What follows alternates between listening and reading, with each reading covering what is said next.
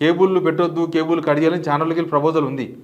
కానీ ఒక system follow కావాలి, వాళ్ళకి నోటీసులు ఇవ్వాలి. ఒక 1 రోజులో 15 రోజుల్లో ఇంటర్నెట్ మీద నడిచే అన్ని సిస్టమ్స్ ఆగిపోయినాయి కదా, అన్నీ స్లో అయిపోయినాయి. ఇప్పుడు సీసీ కెమెరాలు పోయినాయి.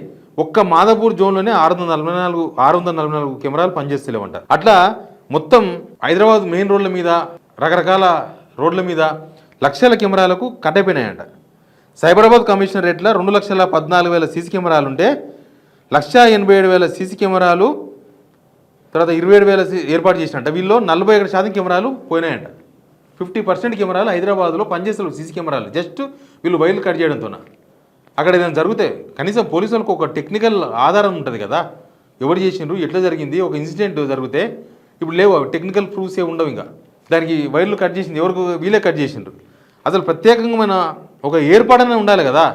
మీరు ఇట్లా కాదు, ఇట్లా చేయండి అని వాళ్ళకి టైం ఇస్తే వాళ్ళని ఏర్పాటు చేసుకుంటారు. సీసీ కెమెరాల వాళ్ళైనా లేకపోతే ఇంటర్నెట్ ఆపరేటర్స్ అయినా ఎవరైనా కూడా చేసుకుంటారు. వీళ్ళకి అసలు దాని మీద ప్లానింగ్ ఏం లేనట్టుంది. కొత్తగా ఆటవిక పరిపాలన ఎందుకంటున్నంటే, రాత్రి కాలం వస్తే పొద్దుగాల పోయి బుల్డోజర్ తీసుకుపోయి ఇల్లు కూల్చాలి. వాళ్ళకు కూడా ఆల్టర్నేటివ్ ఈయనకి టైం ఇవ్వాలి కదా.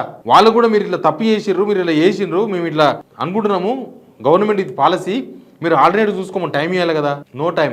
ఏరియాలు చూపడం కానీ సినిమాల్లో చాలా చూస్తుంటాం కదా, పోయి కొట్టేయాలరా అంటే పోయి కొట్టేస్తుడే, పోయి నరికేయాలరా అంటే పోయి నరికేస్తుడే. దానివల్ల వచ్చే ఇంపాక్ట్ ఏముంది? ఇప్పుడు ఫ్రీ బస్ పెట్టినరు, ఆటో డ్రైవర్ల జీవితాలు రోడ్ల మీద పడేయాలి కుటుంబాలు. ఆల్రెడీ ఆలోచించలే.